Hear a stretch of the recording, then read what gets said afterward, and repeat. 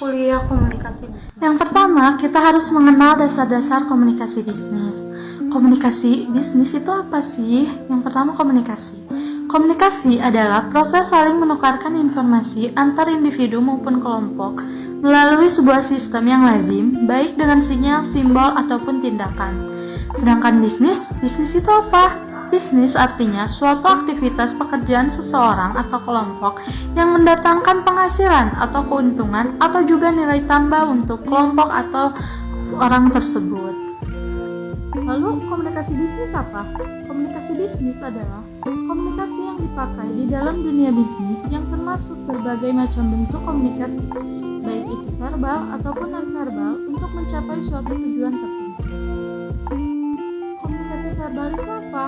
Komunikasi verbal merupakan salah satu bentuk komunikasi yang lazim digunakan dalam dunia bisnis untuk menyampaikan pesan kepada pihak klien baik secara tertulis maupun lisan. Contohnya apa? Contohnya membuat atau mengirim surat pengantar ke suatu perusahaan. Lalu komunikasi nonverbal apa? Komunikasi nonverbal merupakan bentuk komunikasi yang dengan menggunakan gerakan-gerakan tubuh atau body language sebagai alat komunikasi. Contohnya adalah mengerutkan dahi untuk menunjukkan sedang berpikir keras. Orang yang mengerutkan dahi menunjukkan kalau dia sedang berpikir keras. Sedangkan menggelengkan kepala untuk menunjukkan tanda tidak setuju. Setelah mengenal dasar-dasar komunikasi bisnis, kita akan membahas mengenai pesan-pesan bisnis dan perencanaan bisnis. Perencanaan bisnis merupakan satu langkah strategis bagi pencapaian tujuan suatu perusahaan secara menyeluruh. Pesan-pesan bisnis yang terencana dengan baik mempermudah pencapaian tujuan komunikasi.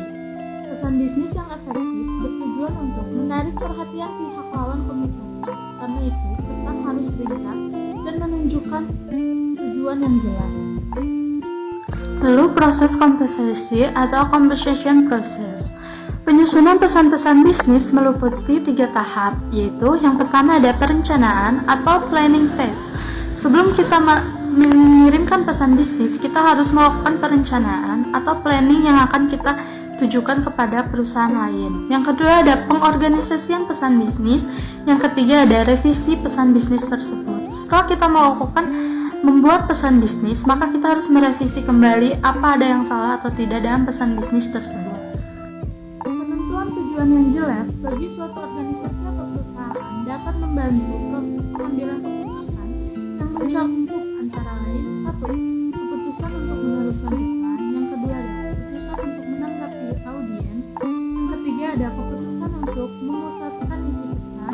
Yang ketiga penentuan tujuan yang jelas bagi suatu organisasi atau perusahaan dapat membantu proses pengambilan keputusan yang mencakup antara lain 1. Keputusan untuk meneruskan pesan. Yang kedua adalah keputusan untuk menanggapi audiens.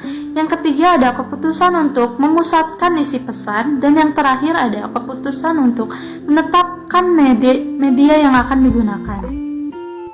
Tujuan komunikasi bisnis ada 3. Yang pertama memberikan informasi. Terkadang komunikasi bisnis digunakan perusahaan untuk memberikan informasi kepada perusahaan lain atau karyawan sendiri atau orang yang ingin perusahaan itu berikan informasi. Yang kedua ada melakukan persuasi dan yang ketiga adalah melakukan kolaborasi antar perusahaan atau antar orang menggunakan komunikasi. Pertimbangan pengiriman pesan. Sebelum kita mengirimkan pesan bisnis, tentu ada faktor-faktor yang harus kita pertimbangkan. Faktor-faktor tersebut meliputi hal-hal berikut. Yang pertama, tujuan yang baik. Apakah tujuan di dalam pesan tersebut sudah benar? Yang kedua, ada ketepatan waktu pengiriman atau penyampaian pesan. Kita harus menentukan waktu yang tepat untuk mengirim atau menyampaikan pesan. Yang ketiga, ada kecepatan orang yang mengirimkan pesan. Apakah orang tersebut dapat bisa mengirimkan pesan dengan baik atau tidak? Dan yang terakhir adalah tujuan yang selaras dengan tujuan organisasi atau perusahaan yang ingin menciptakan kolaborasi atau kerjasama. Bagaimana cara kita memuaskan audiens akan kebutuhan informasi? Yang pertama ada cari apa yang diinginkan oleh audiens tersebut. Yang kedua ada antisipasi pertanyaan yang tidak diungkapkan. Kita harus selalu siap sedia dengan pertanyaan yang akan audiens tanyakan. Yang ketiga, berikan semua informasi yang diperlukan audiens. Yang keempat ada pastikan memastikan bahwa informasinya itu akurat. Yang kelima, tekankan ide-ide yang paling menarik bagi audiens. Jika audiensnya remaja, maka kita harus membawakan tema yang sesuai dengan usia mereka. Pemilihan saluran dan media. Pesan-pesan bisnis harus sesuai dengan situasi yang ada. Ide-ide dapat disampaikan melalui dua saluran, yaitu komunikasi lisan atau oral dan komunikasi tertulis atau written.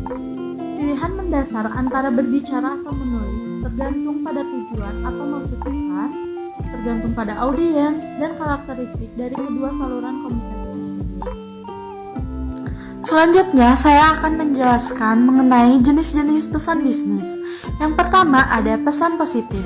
Strategi penulisan permintaan pesan-pesan positif adalah dengan pendekatan langsung atau direct approach.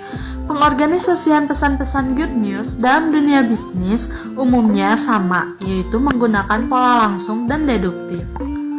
Pesan-pesan goodwill adalah pesan positif yang mendorong orang untuk tetap menjaga hubungan bisnis lebih baik. Pesan goodwill disampaikan melalui pemberian ucapan selamat kepada karyawan seperti naik jabatan, naik gaji, dan lain-lain. Yang kedua ada pesan negatif atau bad news. Dalam menyampaikan bad news, Anda harus menciptakan audience-centered tone. Nada atau intonasi dalam penyampaian pesan bad news harus memiliki spesifikasi seperti berikut. 1. Membantu audiens mengerti bahwa bad news yang Anda sampaikan menggambarkan keputusan yang paling tegas yang Anda buat.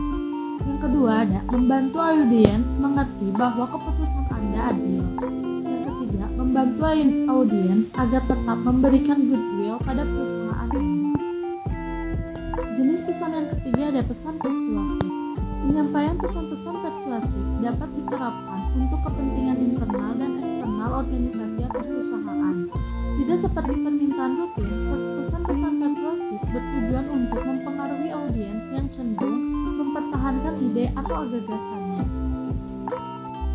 Sekian dari saya, mohon maaf jika ada salah kata. Terima kasih atas perhatiannya. Wassalamualaikum warahmatullahi wabarakatuh.